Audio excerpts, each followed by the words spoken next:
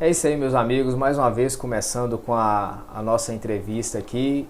Eu estou devendo muito para vocês e peço perdão, mas toda vez que é para trazer um entrevistado aqui ou fazer uma entrevista, só Deus sabe como que é difícil fazer isso. E a última entrevista foi com o pastor Felipe. Nós falamos sobre o pós-tribulacionismo e entre aspas, uma defesa do pós-tribulacionismo, né? E hoje nós temos aqui o pastor Júlio César para falar sobre o pré-tribulacionismo, que é o contraponto do que o pastor Felipe fez. Lembrando que nós não estamos aqui numa discussão e nem num debate. Eu já disse várias vezes aqui no canal que eu não sou a favor de debate, por isso eu não trago os dois para poder se degladiar, porque para mim aquilo é ficar se degladiando. Então eu não gosto de debate, prefiro trazer um, traz o seu ponto de vista, o outro traz o seu ponto de vista, depois podemos fazer uma terceira para cada um mostrar a sua entrevista, trazer uma outra entrevista com o pastor Felipe, depois outra com o pastor Júlio César, e cada um que está do outro lado da tela aí tira as suas próprias conclusões. Deixa seu comentário, a sua crítica, inclusive dessa vez eu vou tentar ficar mais atento, pastor, porque da outra vez eu falei demais, puxaram a minha orelha ali, ó. Os internautas puxaram a minha orelha que eu não estava deixando o pastor Felipe falar. E eu vou deixar o senhor falar mais e da próxima vez eu vou deixar o pastor Felipe falar mais. Bom, gente, sem muitas delongas, eu vou apresentar para vocês aqui. Nós temos um novo radialista no canal. Já tivemos um radialista aqui, pastor. Já? Na hora que ele falar aqui, vocês já vão falar, opa, pastor Tadeu Sanches, aquela voz de trovão dele. Agora temos um pastor com voz de trovão aqui vindo trazer entrevista aqui para nós também. O pastor Júlio César é pastor da Igreja Assembleia de Deus, da igreja local da sede de Ipatinga, aonde lá fica também o pastor Júnior Calais, que já esteve conosco no canal também aqui. Quem quiser ver a entrevista dele, o pastor Antônio Rosa também tem entrevista dele no canal aqui também, entre outros pastores aqui já passaram por aqui. E o pastor Júlio César, hoje eu tenho a riquíssima oportunidade de conversar com ele, que ele é o pastor da Igreja Assembleia de Deus, a igreja a qual eu estou congregando no momento. Eu costumo falar que eu sou batisbleia, mas no momento tem estado mais assembleiano mesmo. Já tem alguns anos que eu estou na Assembleia, mais meus filhos. E o pastor Júlio César, ele assumiu o lugar hoje do que estava antigo. Antes dele estava o pastor Valdir, que está hoje nos Estados Unidos. Abraço, pastor Valdir. Nós estaremos fazendo um bate-papo em breve. Não sei se vai ser uma live, se vai ser só uma conversa e depois a gente deixa gravado a tela. Mas gostaria que o pastor se apresentasse a vocês. Pastor Júlio César, Isso. O público é seu. Queridos, a vitória é nossa pelo sangue de Jesus. Eu não conheço essa voz. Deus abençoe eu, que é um prazer muito grande poder estar aqui neste canal. Eu sou o pastor Júlio César, nasci em Ipanema, vim para Ipatinga. Ipanema, Rio de Janeiro? Ipanema, aqui perto de Caratinga, né? Fui para o Rio de Janeiro em 78, voltei em 93 para Ipatinga. Estou aí desde 93 em Ipatinga. Eu tenho a formação em teologia, tenho especialização em filosofia e também ciências da religião. Estamos como pastor no Templo Sede, assumimos também a reitoria da Escola READ, Rede de Ensino Assembleia de Deus. Estamos também como tesoureiro no Centro de Recuperação Moriá. E no Ministério, eu sou o primeiro secretário do Ministério, bem como também o presidente da Comissão de Educação Cristã. Rapaz, você é goleiro, zagueiro, lateral e atacante. Você faz tudo. Tem muitas atribuições. De manhã na secretaria, à tarde escola, à noite na igreja. Então estamos aí envolvidos. E de madrugada orando. Então vou deixar algumas madrugadas orando, né? Não é todas não. Para ele olhar não é todas não, mas a gente está orando de vez em quando. Mas é um prazer poder estar com vocês e falar sobre um assunto que é de muita relevância em nosso tempo, né? Nós estamos vivendo tempos em que o prenúncio do retorno de Cristo, da volta de Cristo, está sendo muito falado. Muito falado, difundido. E essas questões de pré-tribulacionismo, de pós-tribulacionismo, está em voga também nesse momento. Sim. Pastor, é como o senhor disse, né? Eu já ia até falar sobre isso, que está muito falado essa coisa da volta de Jesus agora. Graças a Deus que estão falando sobre isso, porque até então nada, né? Nada. Mas aí agora, principalmente com essa guerra em Israel, aí, o povo começou a falar um pouco mais. Já estavam falando desde das eleições, né? Quando começou aquela polarização política no Brasil, coisa que o povo nunca se importou com política, aí já começaram a falar, né, sobre volta de Jesus e tal. Eu achei ótimo que a gente que prega nas igrejas, a gente vê os pregadores não falando sobre o tema mais importante, que é a volta de Jesus, né? E eu gosto muito de falar sobre a volta de Jesus. Mas assim, a gente vê que o povo fica meio perdido. Até no seminário de teologia, todo mundo é doido para chegar na matéria de escatologia. E quando chega em escatologia, não tira a dúvida de ninguém, sai todo mundo frustrado. Inclusive, queria até te perguntar sobre isso. O senhor acabou de falar que as suas formações aí. O senhor formou em qual seminário? Na ETAD mesmo? Eu fiz ETAD também, né? Mas estudei em algumas faculdades. No Rio de Janeiro, estudei uma parte no Rio de Janeiro, estudei aqui em Patinga, mas eu me formei foi em uma faculdade da FAEP, Faculdade Entre Rios, no Piauí. Apesar que foi uma convalidação da teologia do tempo que eu estudei. Porque no meu tempo de formação, eu fiz pela SEBENG, né, que é o Seminário Batista, já a convalidação já não estava mais valendo. E aí depois já não era mais a convalidação, teria que ter uma outra coisa lá para complementação de carga horária, se não me engano. E depois o MEC simplesmente cortou tudo. E aí já teve aqui no canal o pastor Charles, ele é responsável pelo MEC, teve aqui no canal também conversando com a gente. E aí ele falou da possibilidade de levar o meu diploma para essa outra faculdade, para que eu fizesse mais horas para poder convalidar o meu diploma, mas ainda não era uma convalidação. Chama integralização de créditos, né? Mas aí não seria nem a integralização. Eu teria que fazer uma nova faculdade do zero. Eu falei, não, eu não vou usar a faculdade de teologia para trabalhar. E aí eu deixei só na minha faculdade mesmo, que eu formei mesmo, e ficamos. O dia que o MEC resolver voltar atrás, eu vou lá e convalido para o MEC. Acho que essa coisa de ter a faculdade para nós é só para não ser preso mesmo, né? Porque ou ter um lugar especial lá na cela. Não, é para não ser preso, não, para ter um lugar especial na cela, né? O Nicolas Ferreira falou. Foi Nicolas? Não, foi alguém que falou na internet esse dia sobre faculdade para não ser preso. Para não ser preso, E aí eu falei, não, para não ser preso não, é para ser preso e para ficar num lugar especial, é diferente. Bom, gente, brincadeiras à parte, vamos dar início à nossa conversa aqui.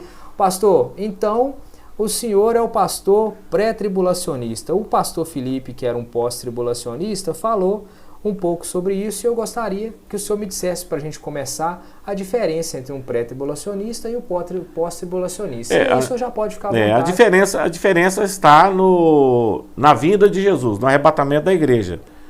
E em relação àquilo que acontece depois do arrebatamento da igreja. Precisamos ver as diferenças entre um e outro, né? Por exemplo, um pré-tribulacionista, ele crê que Jesus vai arrebatar a igreja antes da grande tribulação, ou também antes do milênio. Então são duas questões, que é a grande tribulação e o milênio.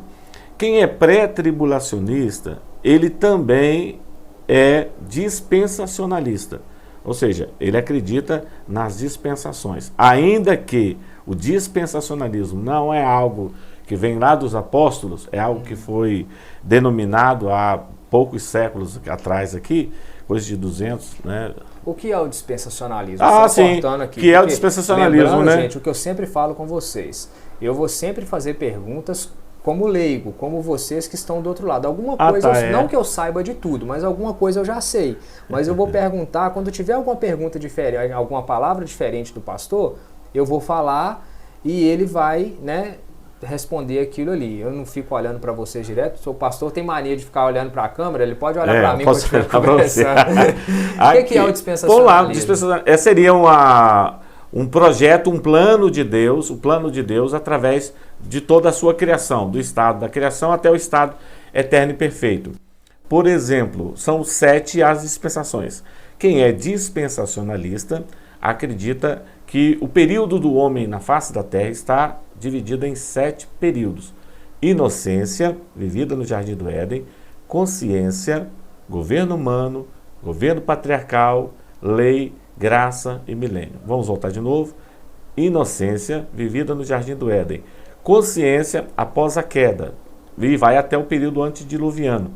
Né? O governo humano vai começar com Noé, Sem, Cã e Jafé. Depois vem o governo patriarcal, saindo Abraão da terra de Ur dos Caldeus. O governo patriarcal inicia com Abraão e vai encerrar na 5ª dispensação, que é chamada lei, com Moisés recebendo o decálogo lá no monte. A lei começa com Moisés e encerra-se com a 6ª dispensação, com a vinda de Jesus Cristo, que é chamada dispensação da graça. A dispensação da graça começa com Jesus e encerra-se esta dispensação da graça no arrebatamento. O arrebatamento vem a igreja vai subir. Aí vem um período chamado 70ª semana de Daniel, que é específico um tratar de Deus com a nação de Israel, que é um outro assunto. Encerrou o período da grande tribulação, inicia a 7ª dispensação, que é chamada dispensação milenial. É onde nós temos uma certa divergência com quem é pós-tribulacionista. Está relacionado também ao milênio, que é a 7ª dispensação. O milênio são 1000 anos literais na Terra. Encerra-se o milênio, aí vem o juízo final, o estado eterno e perfeito. Então quem é dispensacionalista acredita nas 7 dispensações: inocência, consciência, governo humano, lei, graça e milênio. Inocência, consciência, governo humano, governo patriarcal, lei, graça e milênio. 7 dispensações. Bom, quem é pré-tribulacionista, a sua maior parte dos pré-tribulacionistas também são dispensacionalistas. Agora, no contraponto, quem é pós-tribulacionistas acredita que Jesus virá após a grande tribulação. E uma boa parte de quem é pós-tribulacionista precisa ser amilenista, ou seja, não que não creia na existência do milênio, mas que o milênio ele não é literal, o milênio é apenas um sentido figurado. Exatamente. Ou seja, toda esse processo da criação até o estado eterno perfeito, todo ele faz parte do milênio. Nesse é um pensamento pós-milenista. Essa parte do ser literal, do não ser literal é a grande história, né? É a grande discussão. Tem coisa, isso não é literal e tal, isso aí foi uma das grandes coisas que a gente falou. Não, isso não é literal. Isso aqui é só uma figura de linguagem e tal, né? É as formas de interpretação da Bíblia. Então essas interpretações vão ter diferenças entre pré e pós-tribulacionistas. Mas já entrando como diz já entrando com os 2 pés no peito, já só pra gente, eu sei que eu vou pular lá pro final. Vai, pode perguntar. É aquela história de que Jesus voltou. Certo. Aí, arrebatamento da igreja. Arrebatamento da igreja. Jesus voltou. Quem estiver preparado vai subir e quem não estiver preparado vai ficar para a grande tribulação. Certo. O que o pré diz é que todos passaremos pela grande tribulação. Até brinquei. O pós diz que todos. O pós, desculpa, toda vez eu me confundo. Aí o pós diz que tranquilo. todos passarem. Inclusive, antes da entrevista eu falei isso, né? O pós. Aí foi tanto que a thumbnail, quando eu estava conversando com o pastor Felipe, ele olhando para ele, fazia assim, né? Eu falei, e eu passar pela grande tribulação, então a ideia é que todos passarão pela grande tribulação. Então, todos passarão pela grande tribulação ou não, pastor? Não, todos não passarão pela grande tribulação. Veja, eu acho que o texto de Tessalonicenses, capítulo 2... Vamos lá, vamos começar a abrir a Bíblia. Que é um texto muito bom. Tessalonicenses, capítulo 2. Ele vai nos ajudar um pouco a entender aqui que nós não passaremos pela grande tribulação, tá certo? Ele vai fazer a referência a esse momento. Por exemplo, que nós cremos que Jesus virá. E o arrebatamento da igreja, a gente até tem uma dificuldade, as pessoas têm uma dificuldade na compreensão. É 2 Tessalonicenses ou primeiro? Primeiro Tessalonicenses, capítulo 2, deixa eu ver aqui. O meu tá aqui. Vamos ver aqui. O pastor Felipe usou bastante ali os textos bíblicos. Nós vamos fazer a mesma coisa hoje aqui com o pastor Júlio, que é para a gente não ficar pegando simplesmente as nossas opiniões, né, meus irmãos? Pegar a opinião, pegar o que está escrito na palavra, né? Que é o interesse nosso é esse, pegar o que está escrito. É o segundo mesmo, 2 Tessalonicenses. 2 Tessalonicenses 2? Vai falar sobre a vinda de Jesus. Vamos lá, a questão do arrebatamento da igreja. Há um pensamento pré-tribulacionista e o pensamento pós-tribulacionista. Por exemplo, nós que somos pré, acreditamos no arrebatamento da igreja, a gente utiliza um termo que é muito rebatido, questão de ele vir em 2 fases.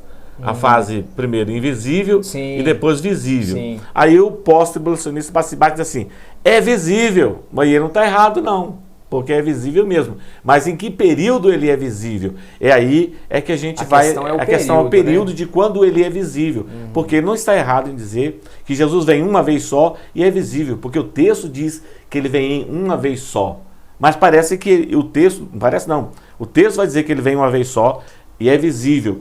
Mas antes dele vir visível, não é? Alguma coisa acontece. Porque Jesus, quando vem, ele não vem aqui para a terra.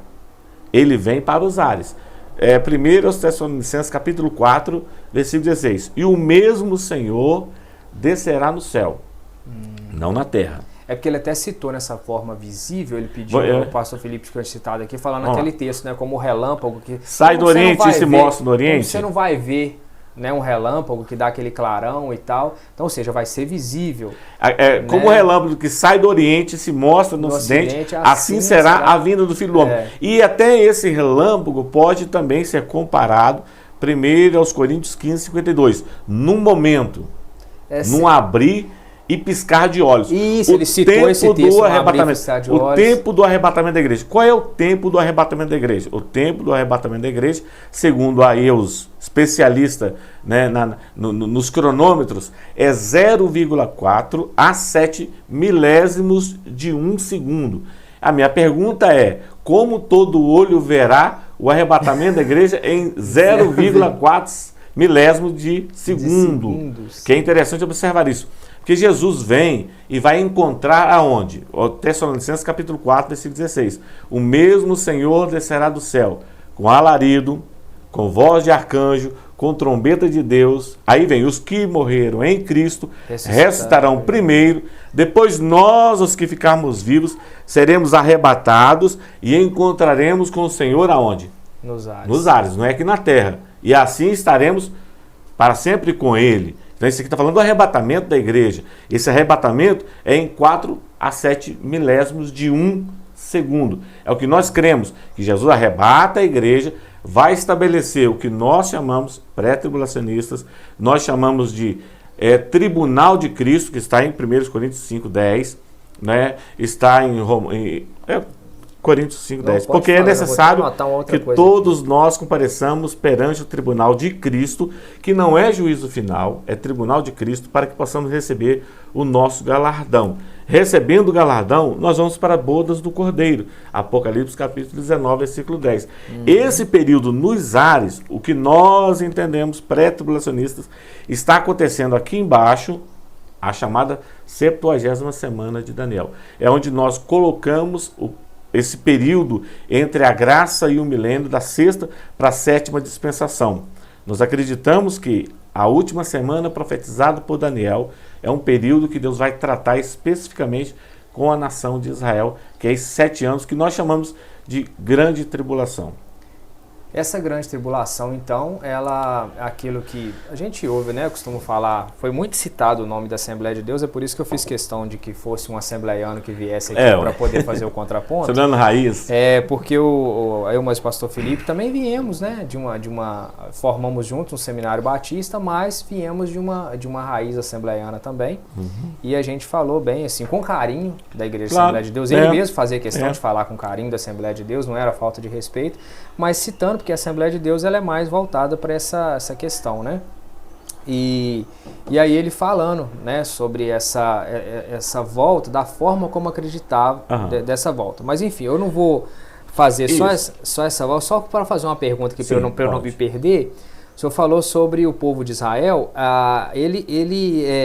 essa segunda vinda então, esse símbolo da besta, de aceitar, essa grande tribulação, ela vai ser só para o povo de Israel. Então, e depois disso eu tenho uma segunda pergunta para o senhor não esquecer.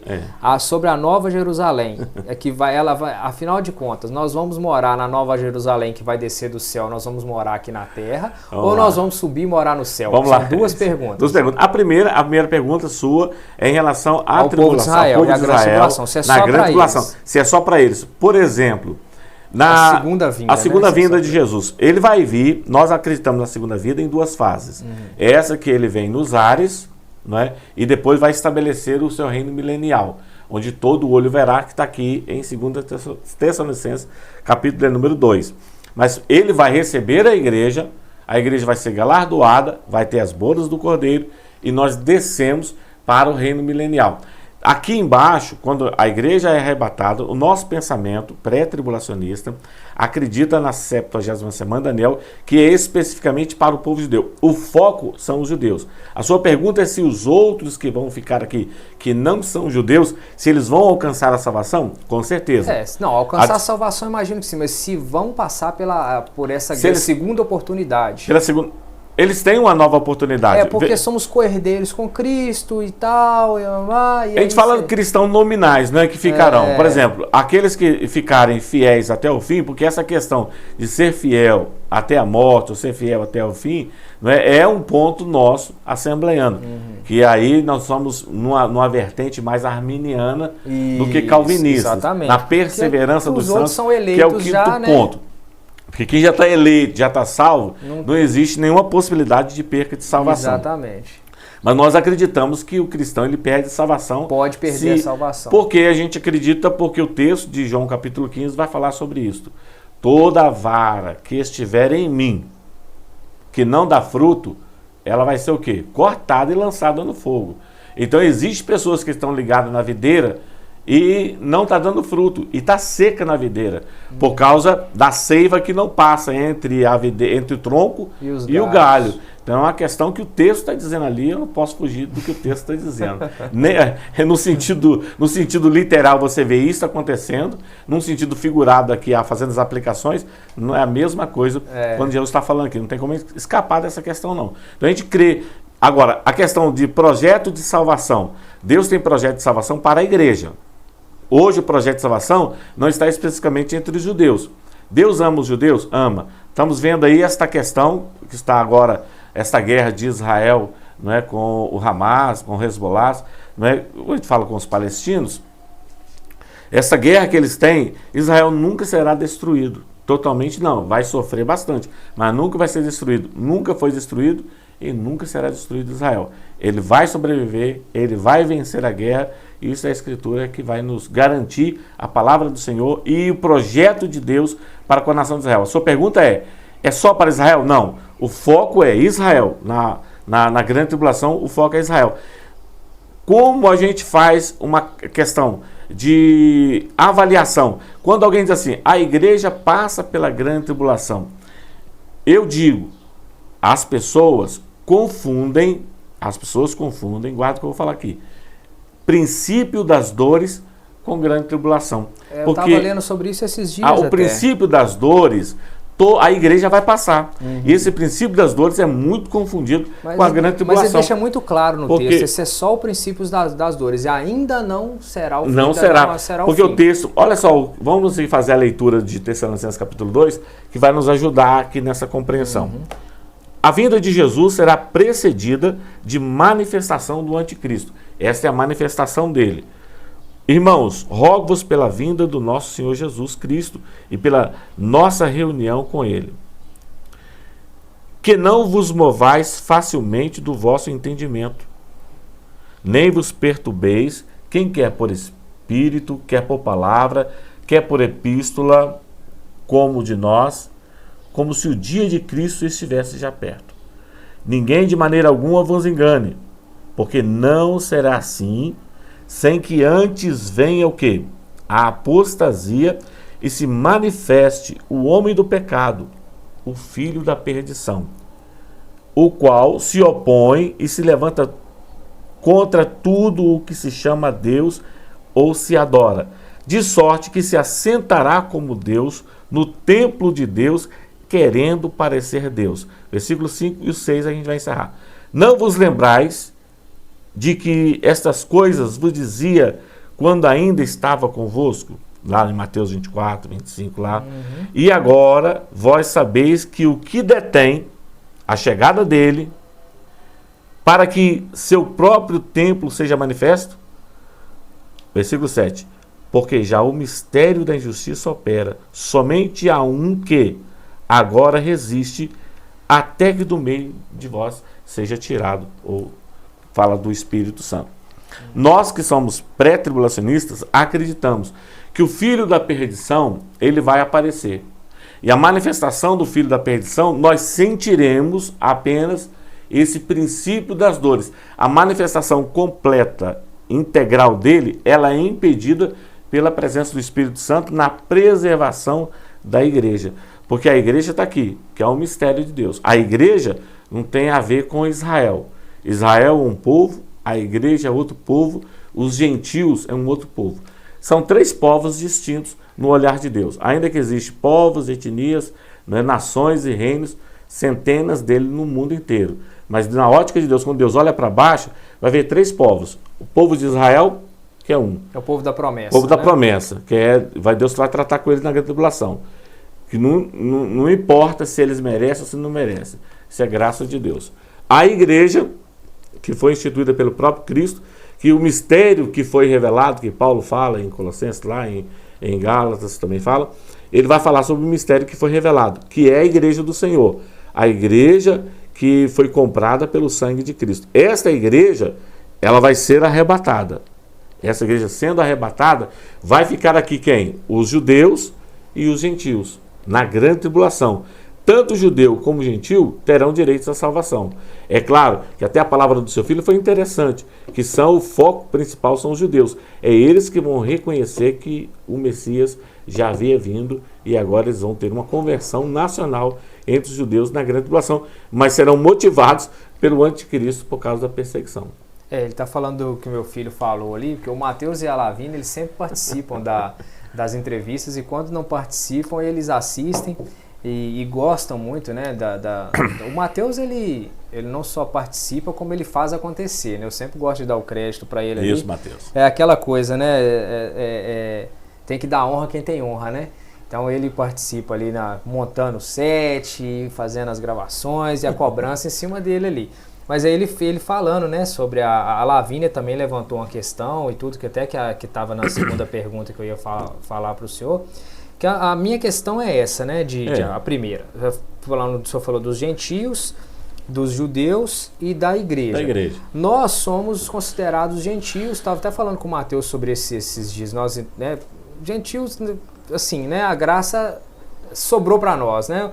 A Bíblia diz que ele veio para os que eram seus, os seus não os rejeitaram. Uhum. Então, ainda bem que o rejeitaram, porque aí sobrou para nós e tal. A gente estava falando assim, por onde começar a ler a Bíblia? A gente até costuma falar assim no seminário, a gente falava muito sobre isso, que quando aconselhar alguém a começar a ler a Bíblia, começar a ler pelo Evangelho de João. Pelos Evangelhos. João, principalmente, João, que revela a divindade de Cristo. E é um sinótico que é mais escrito para os gentios, né? Não como... A carta de João é uma carta universal. Ela tanto serve para gentios como para judeus. Mas eu vou dizer que talvez o Mateus foi mais para o... Mateus é especificamente para os judeus. Marcos para os romanos e Lucas para os gregos. E a carta de João universal. O Lucas, a gente diz assim, que ele é um especialista, né? É um poeta, o cara era médico, era um letrado e escritor. Tal. Né? E agora o Mateus mais para os judeus, então, e o João mais para todo mundo, vamos dizer assim. Judeu universal, a carta universal.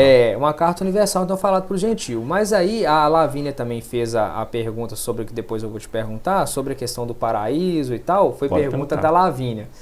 E o Mateus falou essa questão aí. Bom, mas então, só fechando essa primeira para depois a gente ir para a segunda, para ficar bem claro aqui, eu entendi o que o senhor disse, mas como são muitas as palavras, a gente pode se perder um pouco. Então, nós, igrejas do Senhor, servos do Senhor, e como eu disse, né, o canal chama Qual é a dos Crentes? Então, nós crentes, nós não passaremos pela grande tribulação quando Jesus vier. Não passaremos. Ok. Mas passaremos pelo princípio das dores, que é confundido com grande tribulação. Que é o pau quebrando. Né? Claro, porque para ele manifestar... o cerco tem que estar pronto. Guerra, rumores de guerra, nação contra nação, reino contra reino, isso tudo nós vamos ver. Mas isso ainda não será o fim. Não se compara. Está escrito muito bem claro isso. Isso ainda não é o fim.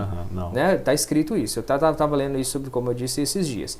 Então nós não, mas quando tiver na hora da navalha passar no pescoço mesmo, aí Jesus vem e arranca a gente, né? Não chega a ser a navalha passar no pescoço, porque a navalha passar no pescoço está se referindo mais à segunda etapa da grande tribulação. A grande tribulação é subdividida em 2 períodos. Primeiro de uma falsa paz e depois de grande tribulação propriamente dita. Nós acreditamos que o cerco para a vinda do anticristo, ele vai ser preparado. A gente chama de princípio das dores. O que está acontecendo? Essa pandemia, não é? Que eu vi esses dias, uma palavra extraordinária, não é? É uma pandemia mesmo, a pandemia atinge o mundo inteiro. Rico, pobre, todas as nações usaram máscara. Todo mundo teve que usar máscara. Rico, foi pobre, quem não aceita, quem da aceita. Volta de Jesus ali. Aí assim, isso aí é um dos sinais do prenúncio da vinda de Jesus. Ok. Agora, como resolver essas questões? As guerras que estão acontecendo entre Israel e os palestinos, vamos falar assim, né? É o relógio, né? Relógio de Deus dando aí o tic-tac para a gente despertar para o arrebatamento da igreja. Mas o que acontece?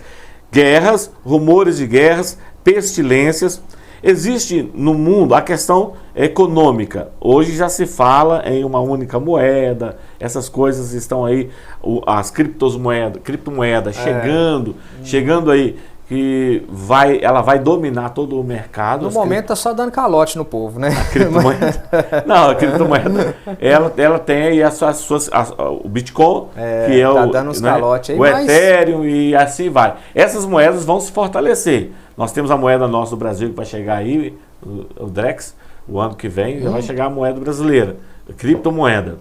É mesmo? Eu aconselho você até comprar dela lá. Tô por fora desse negócio aí, rapaz. Compra essa moeda, vai ser boa. Ela vai valorizar lá no futuro lá. Aí, ó, o pastor já dando a dica aí. Dando a dica de você comprar aqui. A nem foi lançada no mercado ainda. Aí compra lá um pouquinho lá e guarda, que é bom. Quem comprou Bitcoin ganhou muito dinheiro, né? Eu não comprei, eu devia ter comprado, né? Mas não comprei. Mas tá eu tudo vi bem. gente tomando prejuízo também. Então não, toma prejuízo também. A questão das criptomoedas tem os seus boom de levantar e de cair. Mas parece muito o negócio do dólar, sobe e desce, mas a criptomoeda também sobe e desce. Mas vamos voltar aqui. A questão da economia mundial. Hoje existe uma necessidade de um líder que vai dominar todo mundo. E esse líder que vai dominar todo mundo é o anticristo. Vai dominar na área da economia, na área da religião, não é? Porque todas as religiões esperam a vinda de um Messias.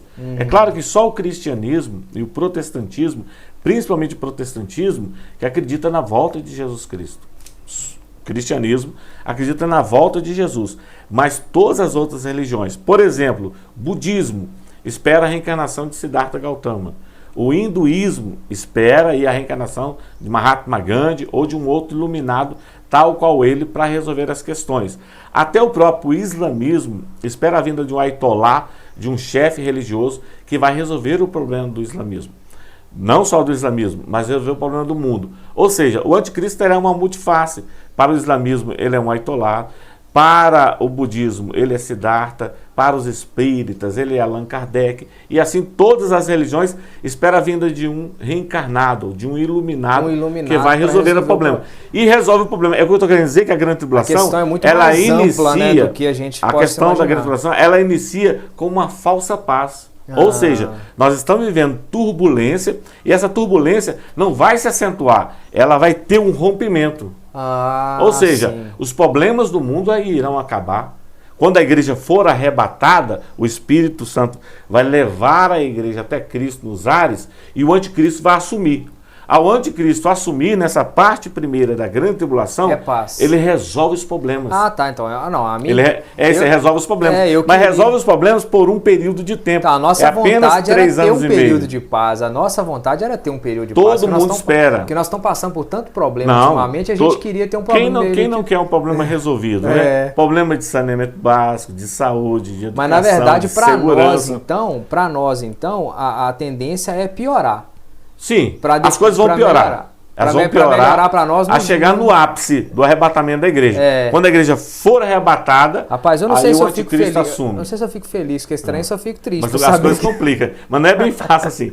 Ele vai resolver todos os problemas. Tanto ter um econômico, social, religioso do mundo inteiro. Quando a gente já não estiver aqui. Não estiver aqui. A igreja foi arrebatada no pré-tribulacionismo. Lembra bem, irmãos? É o pré-tribulacionismo. A ideia não é o pós, não. A ideia é que o pastor Júlio César defende. Quem é pós-tribulacionismo, o anticristo vai estar aí.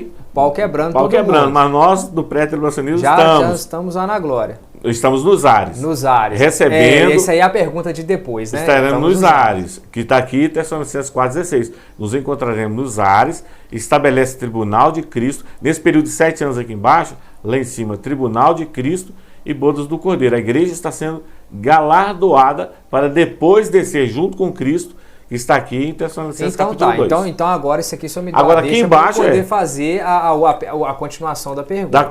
Aqui embaixo está acontecendo a falsa paz dos 3 anos e meio, onde o versículo aqui, do versículo 6, onde ele vai abominar o lugar santo de Deus, o anticristo, vai querer adoração sendo Deus, é onde rompe o pacto com os judeus. Porque os judeus pensam que o anticristo é o Messias. Sim. Que é esse que é o detalhe. Os judeus pensam que eles vão pensar que veja bem, o que está acontecendo lá hoje? Por exemplo, vamos apenas imaginar aqui. em um cenário do arrebatamento da igreja agora. É apenas um pensamento que Jesus pode arrebatar a igreja agora e pode arrebatar daqui 100 anos, 1000 anos. Não tem isso aí. Mas nós vivemos momentos que antecedem a volta de Cristo. É assim que nós cremos e vivemos. Ele pode arrebatar agora.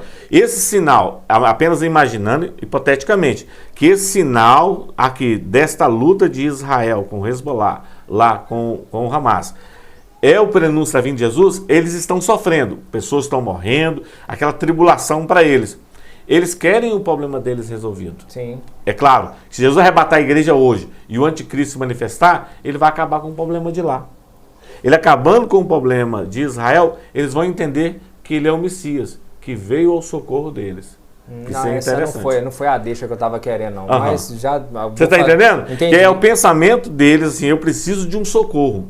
E o socorro vai vir. E vai resolver o problema deles. E não só resolver esse problema, vai resolver outros problemas também. Enquanto isso, nós já estaremos nos ares. Mas assim, aí que é a solução. Mas que era a Mas sequência... volta a sua pergunta. Não, a sequência dela, né? Então a primeira foi que a questão dos judeus, né? Ficou bem, acho que ficou bem claro aí, para mim ficou. Se para você não ficou, lembra que tem aí o cursor do seu computador, do seu celular, volta, assiste o que o pastor falou novamente. com calma, que dá para entender. É porque é muita informação, irmãos. É por isso que às vezes vocês ficam reclamando de mim que eu falo muito, mas é porque eu fico empolgado, porque para mim isso é um tema extremamente interessante. Se tem gente que acha que isso não é interessante, imagina, na hora que Jesus voltar vai achar querer interesse e já não vai ter. Já não tem mais. Já vai ser tarde para ser interessante. Demais. Então, agora a questão era sobre a Nova Jerusalém. O texto diz que é a Nova Jerusalém que descerá do céu. Afinal de contas, isso é uma questão que eu vejo muito crente perguntando. E crente velho de igreja. Então, mas olha só, afinal de contas, o crente, ele vai morar no céu, ruas de ouro, muros de cristal, como diz o texto, como diz as canções, né, e tal. Ou a Nova Jerusalém vai descer do céu e nós vamos morar aqui na terra, na Nova Jerusalém. Observe bem, simples a pergunta, claro, é só pra gente ir direto nessa, depois só pode florear. Claro, o meu posicionamento é que o texto diz que haverá um novo céu e haverá uma nova terra. Esta terra que nós estamos vivendo nela, Pedro vai dizer que os elementos, né, se findarão com fogo. Esta terra passará por uma recriação. Ela será recriada, porque esta terra será passada por um processo de purificação pelo fogo, como diz Pedro. E haverá um novo céu e haverá nova terra. A Jerusalém que desce, por quê? Observe bem, qual é a distância entre o primeiro, o segundo e o terceiro céu? Para nós que somos no campo terreno, a distância é absurda. Nós não conseguimos sair desse plano aqui e ir até o céu, tá certo? Agora, quando Cristo arrebatar a igreja, 1 Coríntios capítulo 15 vai falar: este corpo nosso, que é material, será revestido, que é mortal, será revestido da imortalidade. Este corpo que é terreno será revestido do celestial. Este corpo que é ignominioso será revestido de glória. Ou seja, o nosso corpo será parecido com o corpo de Cristo. Ao ser parecido com o corpo de Cristo, não haverá limitações entre terra e céu. Independente de que se o céu é lá no terceiro, é no segundo ou se é no primeiro, não teremos limitações de estar lá e de estar cá. Estando aqui a nova terra, a Jerusalém Celestial, estando aqui, não existe problema nenhum para mim. Ela pode ser aqui a nova Jerusalém Celestial. Mas não é, então não dá para bater o martelo se nós vamos morar no céu ou na Nova Jerusalém aqui na terra. A Nova Jerusalém será o céu. Então, pois é. Esse é o primeiro céu. Mas aí não dá para bater o martelo se nós vamos morar na terra ou vamos morar no céu, então. Não dá para bater o martelo. Não bate o martelo, não. Mas tem aqui como. Aqui será a Nova Jerusalém. É aqui que nós estaremos. Mas o que eu estou querendo dizer é o seguinte: nós estaremos aqui então na Nova Jerusalém, na terra. Então nós não, esse negócio de morar no céu, então não vai acontecer. No terceiro céu, habitação onde está Deus. Deus está lá no terceiro céu.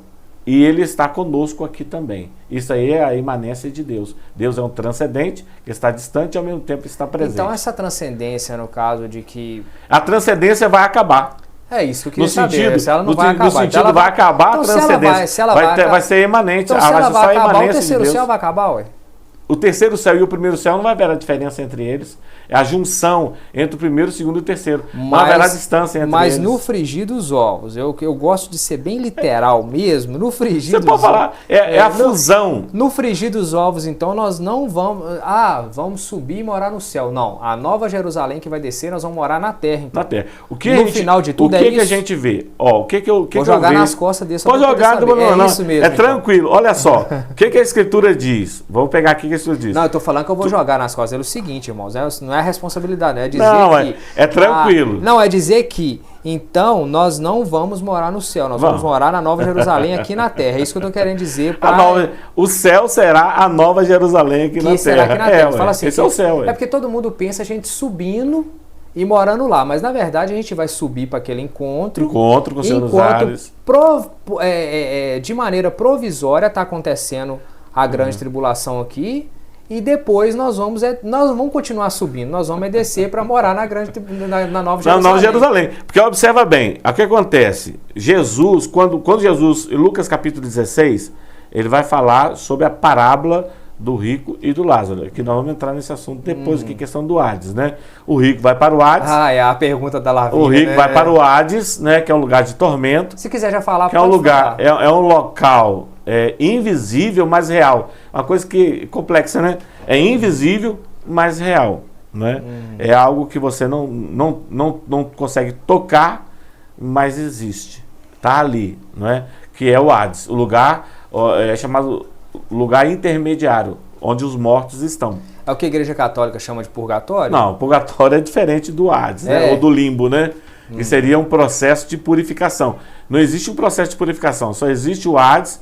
E no tempo de Jesus... É porque eu falo da Igreja Católica, porque eles pensam assim, que tem esse local de tormento que para nós é o Hades, eles chamam de um local de purificação, que se você conseguir, você pode passar por ali. Não tem como. Para nós, não é a mesma coisa, porque uma vez no Hades, você está condenado ao inferno. Está condenado. E eles pensam que uma vez no Hades, que no caso é o purgatório, você ainda pode sair dali. É por isso e as pessoas que estão vivas podem interceder por aqueles que estão mortos para a remissão do pecado. Isso é uma coisa que eu fico... É complicado, porque eu conheço muita gente católica e tudo, e às vezes a gente falar sobre isso é uma coisa que complica, porque a Bíblia deixa muito claro, né, que ao homem está reservado morrer somente uma vez. E depois disso o juízo. Então, não tem jeito de ficar conversando com o morto. Não. Essa coisa de ficar acendendo vela de sétimo dia e tal. E aí as pessoas... Não tem nenhum efeito salvífico, nem condenatório. Aí eu fico vendo, as pessoas falam assim, porque crente fala muito mal de católico, crente fala mal de não sei o quê. Eu fico vendo, não, mas os católicos, eu vejo muito católico falando de espíritas... Mas eles foram, inclusive no seminário eu falei muito sobre, eu comentei sobre isso até, que na minha visão de Bíblia, os primeiros espíritas a surgirem foram os católicos. Porque eles que falaram sobre acender vela de sétimo dia, missa de sétimo dia, vela para morto e tal. Então isso é espiritismo. Né? Acaba caminhando para o lado do espiritismo Isso mesmo. É espiritismo. Então, na verdade, eles falam dos espíritas, mas eles são tanto quanto. Eles podem até não estar conversando com o morto. O que, na verdade, se eu fosse escolher se eu não fosse evangélico, se eu não fosse crente, entre ser espírita e católico, eu preferia ser espírita, que pelo menos eu já bato um papo com quem está lá, não fico só acendendo. Lado, né? Porque só acender a vela para poder homenagear, mas eu não vou poder conversar, eu prefiro conversar com ele. O próprio Lucas 16 vai resolver essa questão. Lázaro está lá no seio de Abraão e o rico está no Hades. O rico vai ter um diálogo com Abraão. Pai Abraão, mande Lázaro aqui trazer um pouco de água, estou no tormento.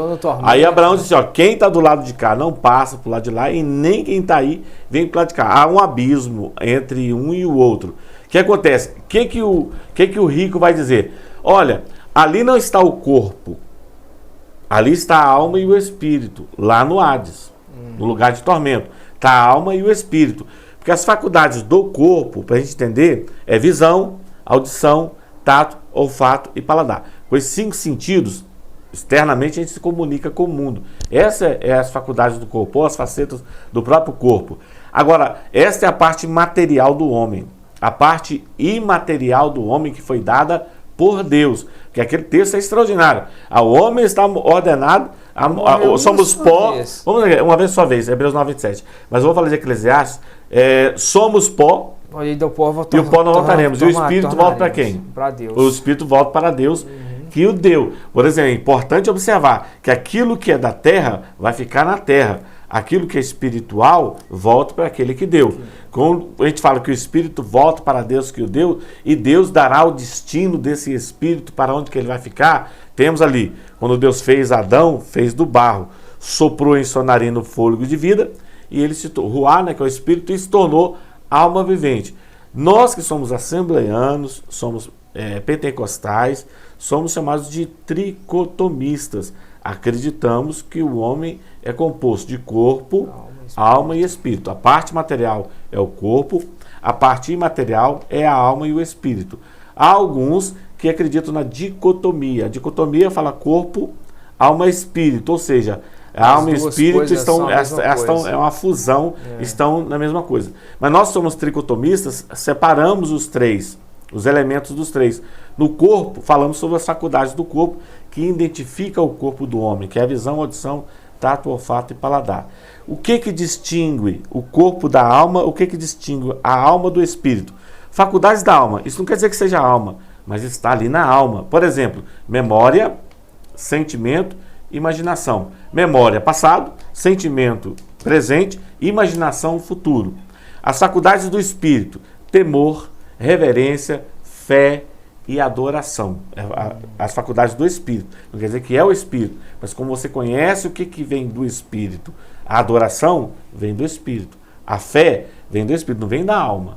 Da alma está condicionada a memória, o sentimento e a imaginação. Olha o que o rico lá no Hades, no lugar de tormento, a sua alma está ali, ativa, memória. Pai Abraão, então, Pai Abraão, mande mensageiros lá em casa, para que os meus irmãos... Saiba como é que é aqui, né? O que é? É a memória dele ativa, o sentimento de tormento e a imaginação, para que eles se arrependam e não venham para o lugar que eu estou. Você observou que ali não é o corpo dele que está ali, é a sua alma e seu espírito, a parte imaterial. Então todo mundo que morre todo mundo que morre sem Cristo, hoje ainda vai para o mesmo lugar, que é chamado de Hades. Tá, antes de eu entrar nessa questão de te perguntar, né, que eu tô vendo que a nossa... O tempo nosso até acabou já, hein? Não, tá tranquilo. Eu tô vendo que, na verdade, no meio do caminho aqui, acabaram que as perguntas foram sendo respondidas de uma maneira, sem que eu perguntasse diretamente, mas eu vou fazer essa pergunta direta, só para que as pessoas entendam, porque o pastor Felipe, quando ele veio, ele foi citando texto a texto e falando por que do pré, porquê do pós, né? Porquê do pós, porquê do pré, e etc e tal, e tudo mais. Então, só antes de eu perguntar sobre o Hades, o Sheol, o paraíso e tal, eu queria saber só o tema mesmo, a maior questão, o fato do senhor estar aqui mesmo e do pastor Felipe, que provável que tenha uma nova conversa, né, caso assim as pessoas desejem. Vamos lá, nessa pergunta que dá tema de fato a essa nossa conversa. Por que o senhor acha que nós não passamos, biblicamente falando, vamos falar da Bíblia, porque biblicamente falando, o pastor Felipe mostrou vários textos que nós passaremos sim pela grande tribulação. Eu queria que o senhor mostrasse na Bíblia por que nós não passaremos pela grande tribulação. É simples a pergunta. Por que nós não passaremos? Não, é que o texto que nós acabamos de ler, em Tessalonicenses capítulo 2, nós lemos vários, eu só quero fazer a pergunta só para a gente resumir isso. A gente já resume ele, porque o espírito do anticristo, ele só vai se manifestar após o arrebatamento. O senhor pode ler o texto novamente? Posso, claro. 2:6, olha, o 6. 2:6. E agora, vós sabeis o que detém. Detém o quê? Detém o anticristo, para que o seu próprio tempo seja manifestado. Ou seja, o anticristo vai se manifestar e o que detém o anticristo é o Espírito Santo. Na verdade, o que detém o anticristo é a igreja que está aqui presente. O texto de Tessalonicenses vai falar sobre a vinda de Cristo, ela será precedida pela manifestação do anticristo. ele vai manifestar, ele vai aparecer e a efetivação dele vai se dar no arrebatamento da igreja. Porque esse é o nosso pensamento pré-tribulacionista. Por quê? Nós acreditamos no tratar de Deus, na natureza da grande tribulação. Qual é o propósito da grande tribulação? Por que ela deve existir, essa grande tribulação? Essa grande tribulação ela deve existir não por causa da igreja. Essa grande tribulação ela existe por causa de Israel. Nós estamos focados nisso. A igreja não passa por causa de Israel. Eu aconselho até que vocês leiam depois, leiam pelo menos o livro de 2 Tessalonicenses, ele tem apenas 3 capítulos. 3 capítulos. Eu aconselho que você leia, porque a gente leu até o 7, mas se você for continuando lendo aqui o 8, ele o vai 9, ele vai especificando mais sobre a atitude de Satanás, sobre a grande tribulação, propriamente dita. Então eu aconselho que você leia, né, esse texto todo, porque se a gente for ler tudo que está aqui, realmente nós vamos ficar aqui o dia todo, né? Deixa eu sintetizar aqui, talvez, com alguns pontos. Por exemplo, nós que somos pré-tribulacionistas, nós somos dispensacionalistas e pós-tribulacionista é amilenista, ou seja, ele não crê no milênio literal e crê que nós já estamos inseridos dentro do milênio. Nós que somos pré-tribulacionistas, nós acreditamos na distinção entre Israel e igreja, tá certo?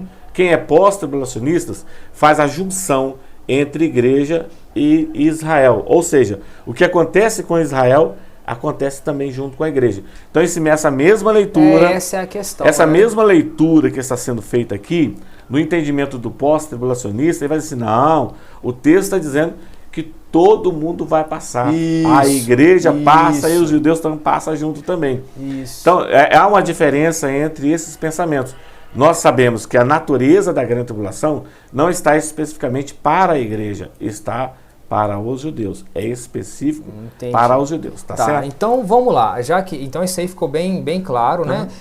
O que às vezes as pessoas pegam muitos textos para poder falar em uma coisa, eu gostei que o senhor resumiu. Não, um texto só, porque se eu ficar pegando vários textos... Mas tem, né? Se tem mais. Tem muita coisa, claro, né? É claro que a gente não pode. É claro que... Bom, eu não quero, gente, pelo amor de Deus, não fica achando que eu estou sendo tendencioso, não. Não. Ele precisa desse contraponto. Eu falei, é importante. Eu falei muito na entrevista do pastor Felipe, eu estou querendo ressaltar isso de novo. Eu só não estou interrompendo muito o pastor Júlio César, porque vocês falaram comigo que eu estava falando demais na entrevista.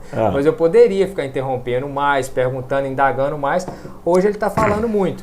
E também tem aquela questão de que, para mim, não é querendo ser tendencioso, mas é uma questão que, pessoalmente falando, eu não sou aquele entrevistador parcial, mas eu também não sou imparcial, fica claro naquilo que eu acredito quando eu falo até de qual igreja que eu sou.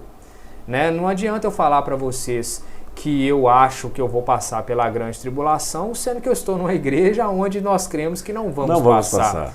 Né? Então, por mais que eu seja, na entrevista, imparcial, eu tenho que mostrar para vocês o que eu acredito. Então, acaba que eu faço menos perguntas ao pastor Júlio do que eu fiz para o pastor Felipe, porque realmente eu tenho poucas questões, né, nisso. Para mim, já está, isso que o pastor Júlio disse.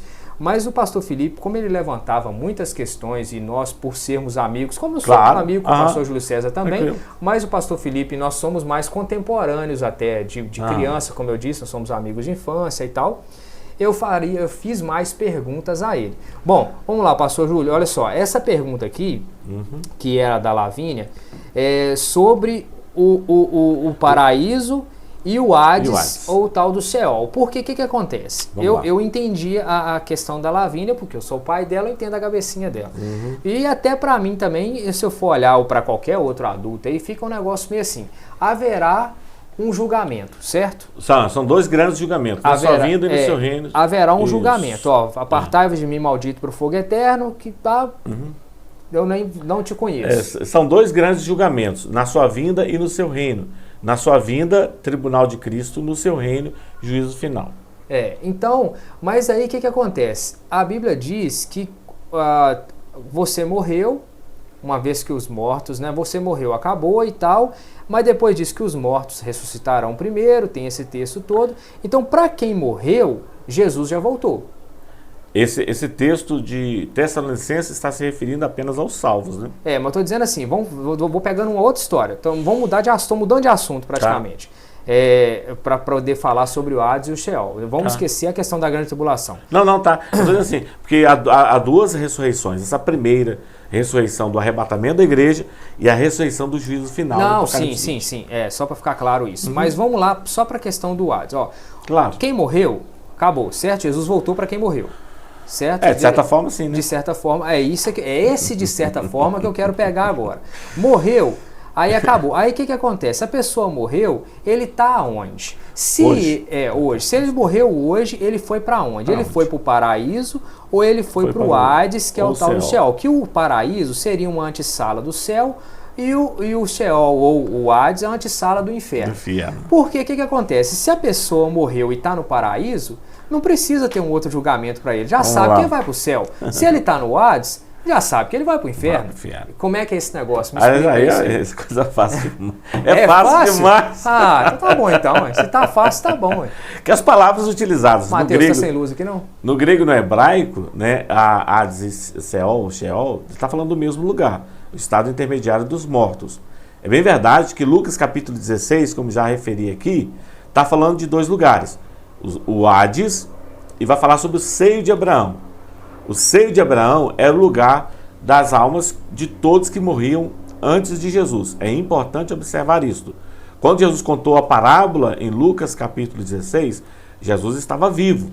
E ele contou dizendo que o rico morreu, foi para o Hades, lugar de tormento.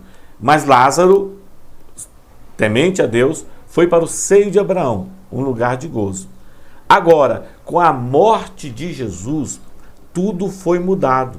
Jesus, quando morreu, o texto vai dizer que ele vai descer as partes baixas da terra e vai anunciar, a palavra pregar, Pedro fala, mas o pregar ali é anunciar as boas novas.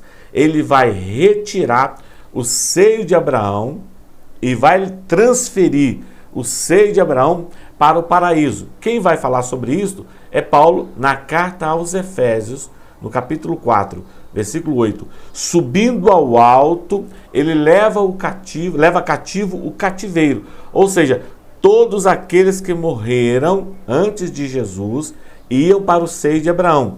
Depois da morte de Jesus, Jesus transferiu esse seio de Abraão para o paraíso. Lembra que Jesus, na cruz do Calvário, aquele ladrão que estava ali do lado, lhe disse assim: lembra-te de mim quando entrares no teu reino. Qual foi a resposta de Jesus para ele? Ainda hoje estarás comigo aonde? É o que inaugurou o paraíso, né? Ele não inaugurou o paraíso. Ele não inaugurou o paraíso, não. Ele não chegou a inaugurar o paraíso. Porque Jesus morreria por volta de meio-dia. O céu vai negar a sua luz, ele morre. Ele desce as partes baixas da terra, não é? E vai anunciar as boas novas àqueles que estão no seio de Abraão, vai transferir o seio de Abraão para o paraíso. Quem vai ver isso é o apóstolo Paulo, 1 Coríntios capítulo 12, a partir do versículo 1. Ele vai dizer assim: se é no corpo ou fora do corpo, eu não sei, eu só sei, não é, que o homem foi até o terceiro céu e lá ele viu o paraíso, onde estão as almas daqueles que servem ao Senhor.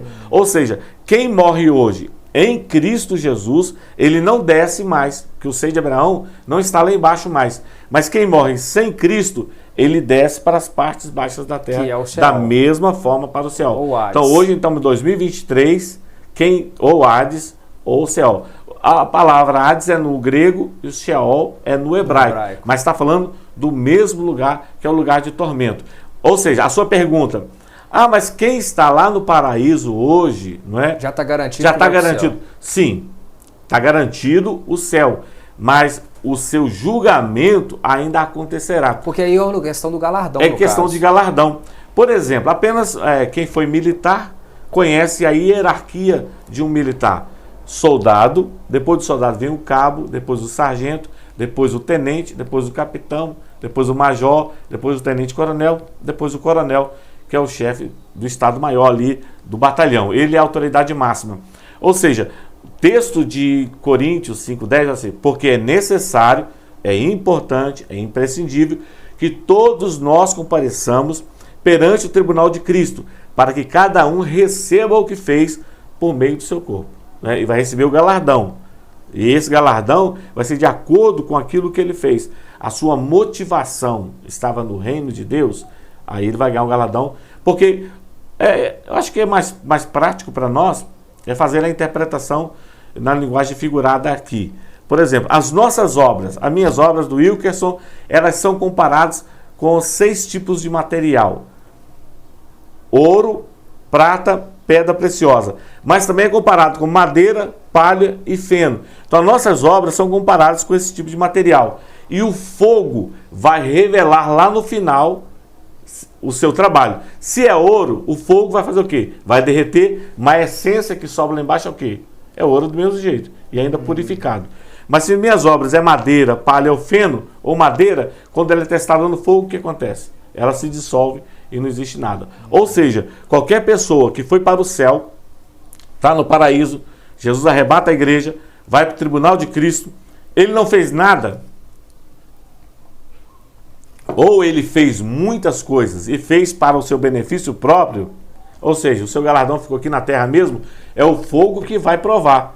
Se ele não recebeu nada, ele vai ser salvo do mesmo jeito. Mas o que acontece? Só para exemplificar, ele vai ser um soldado lá no céu.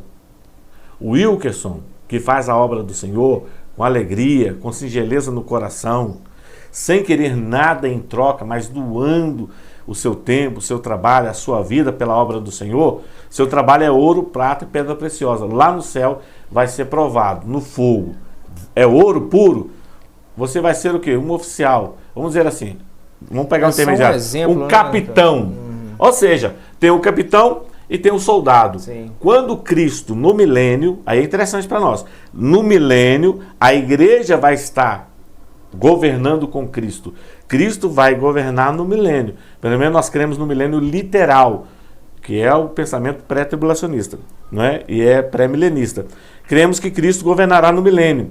A igreja vai estar governando com Cristo. Quando o Senhor precisar de uma tarefa, que vai ser a igreja que vai executar, ele vai pegar um regimento, vamos pegar aqui 50 pessoas que vão fazer um trabalho para o Senhor Jesus. Ele vai chamar 50 pessoas para fazer esse trabalho. Quem é que vai liderar esses 50? O soldado ou o capitão? É claro que é o capitão, aquele que exerceu aqui na terra um trabalho voltado para Cristo, exclusivamente para Cristo, sem querer nada em troca. O seu trabalho é como ouro, prata e pedra preciosa. Ele vai receber um galardão pelo seu trabalho, uma posição elevada na eternidade, em que quando ele será utilizado, ele vai dar ordens, não vai obedecer ordens. Mas é interessante isso aqui, porque quanto mais fizermos para o Senhor, sem interesse de um retorno, você vai receber esse retorno na eternidade. E aqui é transitório e passageiro. E na eternidade é para todos. Esse galardão, ele é uma coisa muito... Uma posição. É uma posição, e ele é uma coisa muito discutida no meio de nós crentes, assim, porque é aquela coisa, né? Não é salvação, salvação é no geral. Não, salvação no geral. Mas fala assim, o galardão, a gente pensa assim, poxa vida, o que seria o galardão? Só deu uma posição, uma posição explicação, hierárquica. Você deu uma explicação muito boa sobre uma posição hierárquica. Às vezes a pessoa pensa assim, às vezes a pessoa pensa assim, não, se eu vou ter um galardão no céu, quando a gente é criança, fala muito na escola dominical sobre a pedrinha na coroa. A pedrinha na coroa. Né? A pedrinha. Quer saber de pedra na minha coroa? O pescoço até torto de tanta pedra. Jesus, se eu for ganhar alma para Jesus, né, e tal. Tá certo. Mas eu vou pensar, eu vou para o céu, então eu tenho um galardão a mais do que o pastor Júlio César. O que é? Eu vou ter uma casa com mais cômodo? Não, é uma posição mais... O meu carro vai ser mais bonito do que o dele? A gente não sabe ao certo, né? Aqui eu estou passando um pouco na frente do que o pastor está dizendo. A gente não sabe ao certo, mas sabe que é uma posição. Agora, se é sargento, general, isso é uma visão nossa terrena, né? Terrena para a gente entender o que é celestial, né? Para entender mais ou menos como é que seria lá. Porque Deus é justo no galardão. Pastor, eu vi que o senhor trouxe uma folha bem grande ali, mas eu acho que o senhor passou o olho aí. Passei o olho já. Já deu para... Já. O senhor gostaria de falar alguma coisa a respeito do pré? Porque eu tô muito satisfeito com o que eu ouvi. Tem mais coisa para poder dizer aí, porque minhas perguntas, sinceramente, até se esgotaram aqui. Porque, deixa eu só então fazer uma questão da consideração final, porque nós temos, quem vai escutar, entenda a expressão do pastor, que é assembleiano, né, e que é pré-tribulacionista. Porque a visão teológica, nesse sentido da escatologia, ela não vai fazer, ela não está condicionada a ser salvo ou perder a salvação. É apenas a questão de conhecimento acerca do futuro, que é a chamada escatologia bíblica, né? Sim. A questão lá do futuro, porque quando a gente trata disso de pré-tribulacionismo, pós-tribulacionismo, pré-milenismo, né, amilenismo, é apenas visões do futuro, daquilo que vai acontecer e que está inserido dentro da Escritura. Então, são pensamentos nossos. Quando eu sou pré-tribulacionista, e quem pensa diferente de mim é um pós-tribulacionista. Então, ele vai ter uma visão diferente da minha. Por exemplo, só vou finalizar aqui falando dessas diferenças aqui que são interessantes para nós, porque o pensamento é diferente. Nós acreditamos que Jesus vem antes. O pós acredita que vem depois. Nós somos pré-milenistas porque cremos que Jesus vem antes do milênio. Quem é pós é amilenista porque crê que Jesus vem depois do milênio. Ou o milênio já existe. Diferenças grandes. Por exemplo, a maioria de quem é pós também está voltado para o calvinismo. É calvinista, tem um pensamento mais calvinista, e nós somos arminianos. Uma boa parte deles que são pós-milenistas, eles também são cessacionistas, e nós somos continuistas. O cessacionismo especificamente no que diz respeito ao batismo no Espírito Santo. Eles não creem no batismo no Espírito Santo, e nós cremos no batismo no Espírito Santo. Só aí já deu umas diferenças muito grandes. Nós somos dispensacionalistas, nós somos pré-tribulacionistas, nós somos pré-milenistas, nós somos continuistas. Essas são diferenças. E o outro lado tem um pensamento divergente do nosso, mas que converge em Cristo todas as coisas. Não interfere na salvação, interfere apenas no conhecimento acerca da Bíblia. Tá certo. E eu imagino vocês aí, porque eu mesmo já tendo ouvido centenas e milhares de vezes essas histórias, eu ainda fico curioso e vou dizer para vocês, se vocês quiserem, e se eu der na minha telha também e quiser fazer esse negócio, porque eu acabo ficando curioso e fazendo também. Porque só esse monte de palavra que o pastor citou aqui dá para a gente fazer um belo de um estudo bíblico. Lembra que nós fizemos uma jornada de estudo bíblico dos evangelhos, aonde ficou o pastor Elias, pastor Tadeu Sanches, pastor Soliel Bernardino e o pastor Reginaldo Jacob, da Igreja Luterana. Cada um ficou responsável por um evangelho. Tivemos duas conversas com cada um, né? Então foram 8 conversas, 8 vídeos, né? Que vocês podem olhar aí no canal, que nós fizemos sobre um estudo rápido sobre os evangelhos. E esse tema, essas palavras que o pastor usou ali, cada palavra dessa dá um estudo extraordinário. Então, vocês querendo, citem a palavra que o pastor citou ali, que você não sabe o significado, se você der um Google aí, obviamente você vai ter a resposta ali na Wikipedia e tal, mas não vai ser de uma maneira tão legal de se ver como às vezes alguém explicando isso com essa sapiência que o pastor tem, e eu estou assim, confesso que fico admirado cada vez mais vendo ele falando sobre essas coisas, porque na igreja a gente vê ele pregando, ele prega uma coisa, né, comum e tal, simples, aquilo do dia a dia, porque domingo é um dia de culto público, meio de semana é culto público, estudo bíblico às vezes nem sempre dá para aprofundar tanto. Então aqui numa entrevista como essa a gente pode aprofundar mais os temas, né? Então, se vocês ficando curiosos, como eu sou curioso nessas questões, podemos trazer um bate-papo com ele sobre essas palavras que ele usou ali. E depois, posteriormente, talvez trazer novamente aqui um pastor presbiteriano, como nós trouxemos o reverendo Edson, que na verdade eu fui lá, né? Na época eu fui na igreja dele lá, o reverendo Edson hoje não está em Patinga mais, se não me engano. Esses dias eu vi no Instagram, conversei com ele alguma coisa no Instagram, ele não está morando aqui, mas podemos olhar outro pastor presbiteriano, se vocês indicarem também, para podermos falar sobre esse assunto. Porque hoje foi levantado, na outra entrevista com o pastor Felipe, foi levantado Igreja Assembleia de Deus. Está aqui hoje um assembleiano. Hoje o assembleiano levantou aqui coisas da presbiteriana. Podemos fazer um presbiteriano aqui. Porque, irmãos, entendam bem. Uma coisa que eu sempre falo, e eu gosto de frisar muito bem para todas as pessoas. Eu vejo evangélicos se degladiando. Como eu disse aqui, eu não gosto de fazer debates entre nós. Porque o que acontece? Uma pessoa que não crê em Jesus Cristo, que não é crente, que não é salvo, que, enfim, todas essas coisas que vocês já sabem, olha de fora e vê nós cristãos evangélicos brigando entre nós. Gente, por que eu vou para o meio desse povo? Se nem eles mesmos se entendem, eu vou ficar aqui onde eu estou, pelo menos aqui no meio da minha turma eu me entendo. Então eu creio que deve haver não uma divergência entre nós, mas sim uma convergência. Diferença de ideias vai acontecer sempre. Eu vou gostar de picanha, o pastor vai gostar de fraldinha, e o outro vai gostar nem de comer carne, quer ser vegetariano. Eu não sou a favor do vegetariano não, pastor. Não sei falar, só entre nós aqui, eu acho que vegetariano é um povo meio estranho. Mas há quem se... Brincadeiras. Mas há quem não queira nem comer a carne. Então, agora, tá errado porque você não quer comer carne? Não. Agora, a questão do calvinismo e do arminianismo.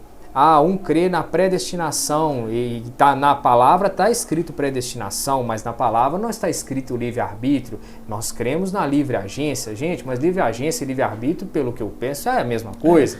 Mas não, para o presbiteriano não é sinônimo. Então, quer dizer, mas isso faz de nós inimigos? Não. A gente pode morar no mesmo céu? Pode, porque senão vai ter que ter um céu para cada um. Mas se vocês quiserem, eu trago aqui um outro reverendo para a gente poder bater um papo a respeito disso aqui também, porque o pastor trouxe questões aqui, na minha opinião, riquíssimas. Estou assim, muito satisfeito com o que eu ouvi aqui, com o que eu entendi. Claro, teve muita coisa aqui que eu sinceramente não tinha ouvido falar. Claro, muita coisa eu ouvi. Como eu disse, eu sempre pergunto como leigo, mas tem hora que eu fico de fato leigo aqui. Quando tem alguém extremamente inteligente aqui, como vários que passaram por aqui, extremamente inteligentes, e eu fico aqui aprendendo e aprendendo muito. Então eu aconselho você a ler o que nós... Olha aqui, o pastor deixou um livro aqui, olha, de lambuja, coisa assim, ó, filé demais. Olha só, 1, 2, 3. Só 3. Três capítulos, e 3 capítulos desse tamanhozinho, não dá uma página, você for olhar uma página, nem uma página e meia. O livro de 2 Tessalonicenses. Então leia 2 Tessalonicenses só para você ter uma base para poder fazer uma pergunta legal, uma pergunta inteligente aí e marcarmos uma nova entrevista. Queria que o pastor deixasse suas considerações finais, para nós já estaremos encerrando. Eu quero agradecer. Minhas considerações finais seria agradecer a você, ouvinte, que está nos assistindo. Que Deus continue te abençoando, te fortalecendo, te fortificando. E que cada dia mais você procure conhecer as Escrituras Sagradas. E este assunto que foi tratado na escatologia bíblica, né, é algo que nos chama a atenção, né, para que possamos ouvir outros ensinadores. Então estão aí alguns ensinadores que são extraordinários, dos nossos, César Moisés, tem aí o Hernandes Dias Lopes, que é o contraditório, o contraponto. Contraditório no sentido do pensamento. Na verdade, mas ele é extraordinário. Eu quero bom de ouvi-lo. Nós falamos até na escola dominical nós falamos na escola dominical nossa lá um dia desse, e eu falei sobre o Hernandes, porque eu até falei assim, é claro, acho que essa história nunca vai chegar, quem sou eu para essa história chegar no ouvido do pastor Hernandes? Mas quem sabe, né?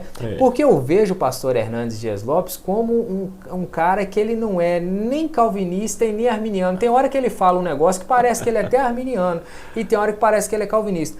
O Augusto Nicodemos, por sua vez, que é o papa da igreja presbiteriana lá, né, entre aspas, assim, ele já deixa muito claro a questão do presbiterianismo dele, mas também tem hora que dá uns negócios. Foi o que eu falei com o reverendo Edson quando eu entrevistei ele aqui. Eu falei, rapaz, na thumbnail a gente estava até meio assim, o Matheus trocou as thumbnails, a gente estava assim na thumbnail, morrendo de rir, porque eu falei, rapaz, você está falando a mesma coisa que eu, tô achando que você é arminiano também. E aí a gente riu, porque fica parecendo que a gente está falando a mesma coisa, porém querendo discordar, sabe? Então eu acho que isso é uma besteira. É uma besteira. A gente pode sim conviver muito bem e não ficar degladiando, brigando entre nós mesmos. É o que nós temos a aprender muito com eles também. E aprender, Deus temos, sim, claro. Temos as divergências de pensamento teológico, mas não é tudo que a gente tem divergência. E eu penso outra coisa. Ele fala sobre apóstolos extraordinariamente. E não são coisas, eu penso assim também, que por mais que sejam divergências teológicas não são coisas que vão nos impedir de ir para o céu e nem a eles. De morar com o Senhor. Então, assim, são divergências teológicas, não diferenças que vão levar à salvação ou não. Não sei se eu concordo com essa fala minha. É chamado de pontos secundários, né? Porque tem a via preferencial, né, que são os pontos centrais da Bíblia Sagrada, que aponta Jesus como Salvador. Essa é a via central. As vias secundárias são esses pontos que temos essas divergências que não influenciam na salvação, né? Embora eu acho que às vezes essa questão de influenciar na salvação, às vezes parte mais do lado deles, né, dos calvinistas, porque eles dizem que uma vez que você foi salvo, você está salvo para sempre. E quem não foi salvo está condenado. Ou seja, tem uma turma que já está eleita, tem outra que, né? Eleição condicional, né? E a deles é eleição incondicional. Então fica aquele negócio. Do nosso lado, nós acreditamos que a eleição que todos podem ser salvos. Todos têm a possibilidade de ser salvos. Todos. Então eu acho que acaba que o radicalismo ficou mais pro lado de lá. Essa palavra radicalismo está muito em voga ultimamente, né? Radicais, extrema-direita, extrema-esquerda. A gente até entrou nesse assunto, porque, na verdade, João Calvino, ele foi um expoente da questão da soteriologia, no sentido de seu pensamento ser exposto. Né? Depois de Calvino, vem Bessa, que é discípulo de Calvino. Bessa vai fazer também a exposição daquilo que ele aprendeu de Calvino. E Armínio foi aluno de Bessa, que fez o contraponto. Falou assim, eu não concordo com o que ele está falando, ou com o que ele ensinou. E fez a remonstrância, os 5 pontos, que ele falou assim, eu tenho 5 pontos que discordo do pensamento do seu mestre Bessa, que é Calvino. São exatamente as 5 solas? As 5 solas depois que o calvinismo botou 5 pontos. Eu estou falando isso Mas os pontos foram de Armínio primeiro. Eu estou falando isso com o pastor aqui, porque eu não sei se ele lembra, mas um dia na porta da igreja eu até falei com ele que ele não concorda. Um dia futuro a gente fala sobre isso. Ele não concorda muito comigo não, mas eu falei com ele que para mim, eu penso assim, que se Calvino e Armínio fossem contemporâneos, eu acho que os dois seriam amigos e concordariam. Aí o pastor falou assim, mais ou menos e tal. Ele morreu em 1560, Calvino, e em 1564 nasce Armínio, 4 anos depois. Na diferença de 4 anos, ele nasce em 60 e Calvino morre em 64. Ele tinha 4 anos de idade quando Armínio nasceu, Calvino havia morrido. Era para ser amigos. Bom, mais alguma coisa, pastor? Não. Obrigado, Deus abençoe. Wilkerson, quero te agradecer. Obrigado pela oportunidade. Rapaz, a alegria. Essa fraca figura tá aí junto com você. Que é isso? A fraca figura tá te entrevistando. Rapaz, me sinto muito honrado de entrevistar esses grandes homens aqui e todos receberem esse convite com grande alegria, né? Que eles pelo menos demonstram alegria estar aqui. Quem vê aqui esse fundo preto aqui, pensa que nós estamos num cenário absurdo. Quem imagina, não é bom nem filmar o resto aqui não, porque... Aqui, né? Mas estamos... a ideia, irmãos, é aquilo que o pastor Alisson da Igreja Batista Nacional uma vez esteve aqui, falando sobre estamos disseminando conhecimento. E ele elogiou sobre esse trabalho. Realmente não é um trabalho fácil, é um pouco árduo fazer isso, tanto para mim, para o Mateus, para podermos organizar tudo, como para os pastores para vir até aqui, ou irmos até eles, né? Mas é gratificante. Então quero agradecer a todos vocês que estiveram conosco até aqui, assistiram com a gente a entrevista toda, ou assistiram parte da entrevista. Aconselho que veja todo, você que arrastou o vídeo para o final, volta, assista tudo, é bom.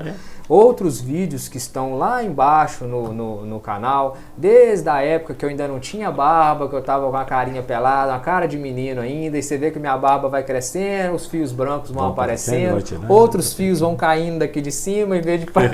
Cair para aqui. Então, o canal está ficando antigo já, né? Então, vocês podem puxar vídeos lá de trás, bem lá de trás, e vocês vão ser muito abençoados, tenho certeza disso. Fiquem na paz, Deus abençoe todos vocês, e vocês tenham dias abençoados na presença de Deus, e vocês que não conhecem o Senhor Jesus,